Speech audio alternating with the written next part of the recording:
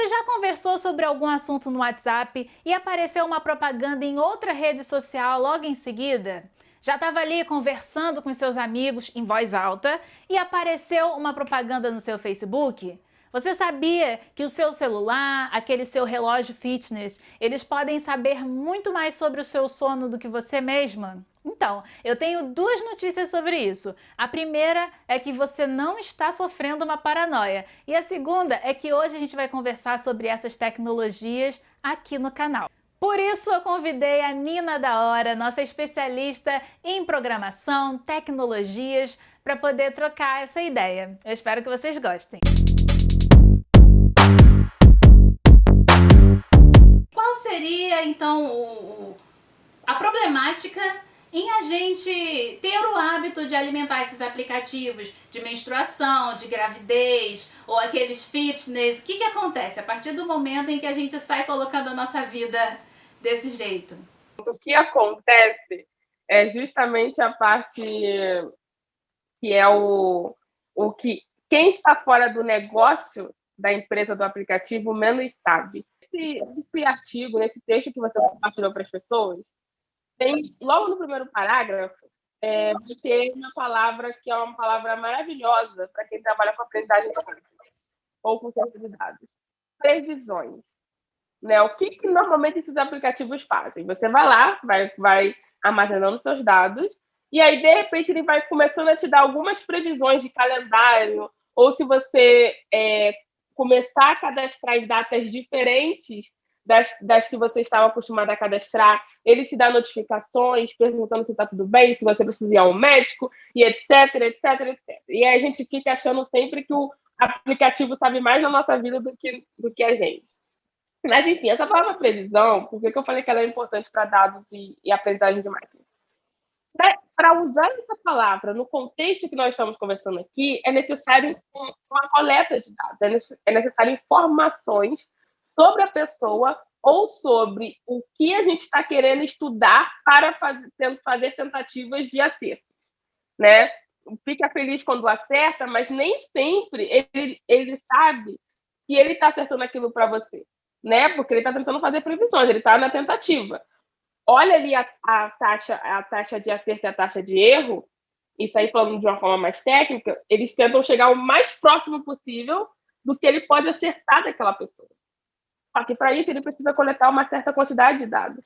Então, quando você entra nesse aplicativo e assina o termo de privacidade sem ler, e já me chamam de chata, porque eu sempre falo de termo de privacidade, eu estou sempre reclamando que os termos de privacidade têm que ter uma outra interface, porque as pessoas precisam ler, precisam se interessar em ler isso para saber como elas podem se proteger. Mas no termo de privacidade está dizendo, olha, a gente vai começar a coletar dados de você a partir desse dia, desse horário, desse seu aceite. Tudo isso aqui, olha a frase, nós coletamos os seus dados para melhorar a sua experiência com os nossos serviços. Essa frase é maravilhosa, que ela quer dizer absolutamente nada. Porque o que ele chega e fala uma frase bonita, que eu quero melhorar os meus serviços para você, só que ele não explica onde ele vai armazenar esses dados, que dados que estão sendo coletados, por que precisa de microfone, por que precisa de câmera, por que precisa dessas autorizações do meu celular para que o serviço melhore para mim. Se eu não der nada disso, é porque eu não vou receber o melhor serviço? Será que a gente para questionar isso? Então, com a lei LGPD, eles começaram a usar essa frase e começaram a colocar algumas entraves, como, por exemplo, se você não aceitar o termo de serviço, você não utiliza, né, o aplicativo ou o site deles. E, em especial, esse caso da menstruação, um ano antes desse artigo que você compartilhou da Code Rights, já tinha tido um estudo que dizia que os apps de ciclo menstrual estavam enviando os dados íntimos para o Facebook. Por quê? O Facebook, né, naquela época, a gente, né, poderia já afirmar algumas coisas, porque o Facebook, naquela época, era muito usado para anúncios. Né? E a gente sabe que a área da saúde é uma área que é super visada em relação a lucros. Né? Então, até que ponto o que eu estava compartilhando naquele ciclo servia para eu continuar recebendo anúncios ou enfim, sendo impactada com posts que eu nem esperava aparecer para mim e ficasse assim, nossa, que maravilhoso, adivinhou mesmo que eu queria hoje comprar tal produto para cuidar da minha saúde íntima. Vendendo esses dados para o Facebook poderia revender, podemos dizer assim? Então, nesse artigo em específico, ele tratou o Facebook como uma grande fábrica, na qual os algoritmos trabalhavam para processar, enfim, o que eles estavam recebendo de dados, né, os serviços, os nossos likes, os nossos compartilhamentos, visualização de conteúdo, o que a gente estava enviando para o serviço quando a gente usava, né, ou quando a gente usa. E aí era produzida, a partir de todos esses dados coletados, é produzido perfis, né? Sejam páginas ou sejam perfis de empresas para marketing direcionado. Essa é a questão. Os perfis que são usados ou criados com foco em marketing direcionado, ele tem acesso ao grupo que ele vai compartilhar aquilo ali. Então, se eu, por exemplo, eu não uso esses aplicativos, eu nunca usei aplicativos assim. Eu não vou ter o anúncio que, se você usar, você vai ter. Entendeu? Então, às vezes, você vai me mandar e vai falar assim: olha, Nina, caraca, adivinharam que hoje, né?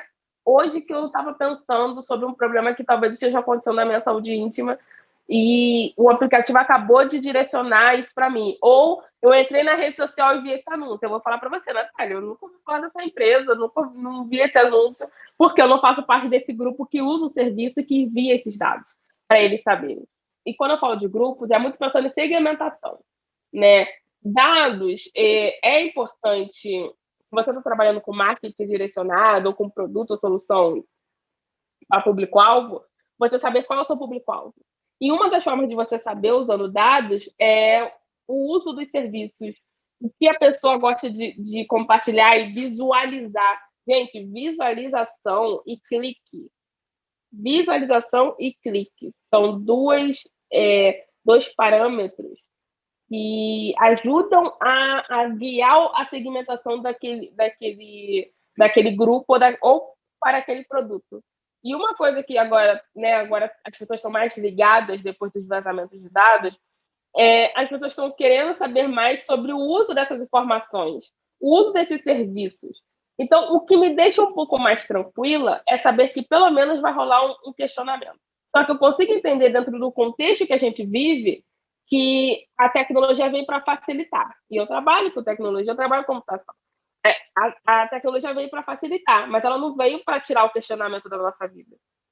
E, infelizmente, até então, os discursos que são usados, principalmente quando está tratando de dados pessoais ou dados sensíveis de outras pessoas, o discurso é levado para esse lado. A tecnologia facilita e, ao mesmo tempo, você não precisa pensar sobre aquilo que você está usando. Você só precisa usar. Isso, para mim, é muito perigoso. A gente, conversando sobre isso, fica com a impressão de que a empresa vai correr atrás de mim. Ela vai me perseguir, o meu nome, o meu endereço e tal. Mas você falou em grupos. Então, qual é o sentido aí dessa segmentação que você está falando? O quão sofisticado e, ao mesmo tempo, o quão interessante é para essas empresas focarem em grupos em vez de perseguir um ser humano, que geralmente quando surgem esses problemas a preocupação é com o indivíduo, né? Eu tenho até uma dúvida sobre isso, que você falou, tá, mas eu me protejo quando eu não uso o aplicativo. Mas se a gente está falando de um comportamento social, até que ponto essa atitude de alguns milhões de pessoas não vai impactar aí um país inteiro, né? Em termos de agrupamento de dados? Ótima pergunta e questionamento. Se a gente for pensar há muitos anos atrás, venda de produto, marketing, era muito interessante ouvir o discurso que a galera dizia o seguinte: não, você tem que fidelizar, olha só, você tem que fidelizar aquele cliente. Né? Para mim, o que vale é aquele cliente fiel, que vai espalhar minha palavra. E hoje, o discurso é tanto direcionado para eu quero o melhor para você, mas olha aqui, seus amigos também estão usando isso.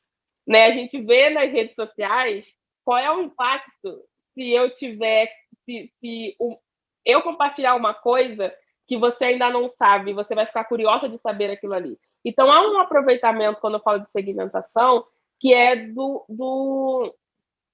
você juntar pessoas que gostam da mesma coisa, que curtem o mesmo tema, que você sabe que você vai conseguir fazer uma venda ali muito mais escalável do que você tentar ir por uma em uma. Então, quando eu trago a ideia do grupo, é muito essa ideia que foi sendo moldada ao longo do desenvolvimento das tecnologias dos algoritmos, inteligência não, dos algoritmos. E aí, quando a gente chega no boom da rede social, você consegue visualizar, por exemplo, hoje eu não tenho um canal direto com a maioria dos serviços que eu uso. Eu vou lá e mando uma DM na rede social. Eu marco numa timeline. Porque os serviços de suporte direcionados em alguns serviços, eles estão diminuindo para coisas bem específicas. Agora, se eu quero reclamar com uma empresa de entrega, mano, eu estou marcando ela na timeline. Eu não vou falar o nome da empresa, mas uma coisa que tem acontecido da segmentação. Quantas vezes no mês você vê a mesma pessoa, ou pessoas diferentes, compartilhando que o limite delas aumentaram em uma determinada agência digital de bancos? As coisas não são pensadas isoladamente, né? Tem um porquê por trás, tem uma origem e tem uma linha do tempo, né? Você não pode excluir o que veio antes. Por que eu não faço a mesma coisa de antes? Porque não funciona mais para o momento que eu estou vivendo. Então, para aproveitar a rede social, para eu aproveitar uma comunicação digital mais efetiva, para eu aproveitar como que eu posso atingir primeiro um grupo de pessoas, depois um outro grupo, como que eu direciono para as pessoas que usam meu serviço, mas que pensam diferentes, um mesmo produto. Como que eu faço isso? Eu preciso estudar elas, eu preciso receber os dados delas, eu preciso que elas confiem em mim. Agora, falando um pouco de grupo de serviços nichados, né, algo que esses serviços nichados mantêm da fidelização do cliente é que aqueles dados ali são usados tanto para melhorar essa relação, mas também para entender como que aquele cliente vai ajudar a escalar o produto dele. Você tem grupos que vão usar aquilo ali e que vão ajudar, conforme aquele grupo vai compartilhando, vai falando sobre aquilo ali, vai ajudar a chegar a pessoas que você nunca chegaria, e essas pessoas vão escolher se elas vão gostar disso ou não. Se elas gostarem disso, elas assinam o seu serviço. Se elas não gostarem disso, elas passam direto, não dá um like, não dá um retweet, não acontece nada. Tudo que a gente acha que estava achando até então que era bom, agora você está dizendo que é ruim. Estou chocada, estou abalada. Acho que o problema desse vídeo aqui é esse. Até agora a gente estava traçando uma reflexão sobre comportamento, sobre pensamento. E aí cabe a você que está assistindo o que você vai fazer com isso. Agora, no sentido dos dados sensíveis, eu queria que você falasse sobre como isso pode virar um problemaço na nossa vida. A gente falou um pouquinho, né, lá do aplicativo menstrual, tendo acesso à nossa galeria, mas você consegue trazer um outro exemplo, assim, de um serviço, de um aplicativo que vai pegar um dado que a gente está concordando que é do cotidiano, mas que a gente não sabe que também, por outro lado, está armazenando outro que pode dar um problema bem grande na nossa vida, né? Geralmente a gente só se importa com os nossos documentos. Estou de olho em vocês. É muito difícil que tudo que a gente fala em relação a dados na internet, as pessoas argumentam da seguinte forma: ah, mas o Google já tem tudo meu. Ah, mas eu dei um aceite há tanto tempo atrás, já tem tudo meu. E não sei o que, gente, vamos lá. Você cresce, você corta o cabelo, você deixa o cabelo crescer. Quem tem barba deixa crescer, tira a barba. Tem várias coisas que acontecem visualmente, que pode acontecer visualmente com a gente. Então, mudo, se você botar a sua foto mais atual na rede social, você já está atualizando aquele banco, ele já tem uma linha do tempo das suas mudanças de visual, não é só foto de perfil. Eu estou trazendo esses exemplos simples, gente, porque isso são dados, né? Em tese, personaliza e nos identificam. E traça uma linha do tempo de quem nós somos, de quem nós éramos. Nós temos que pensar nesses rastros que vão sendo deixados, não pensar que já tem tudo, vou dar mais uma coisa. Não é isso. Não é só dar mais uma coisa, você está atualizando um histórico, você está atualizando a sua linha do tempo. E você tem que fazer isso com plena consciência. Eu tenho consciência do que eu uso e do que eu não uso nas redes sociais.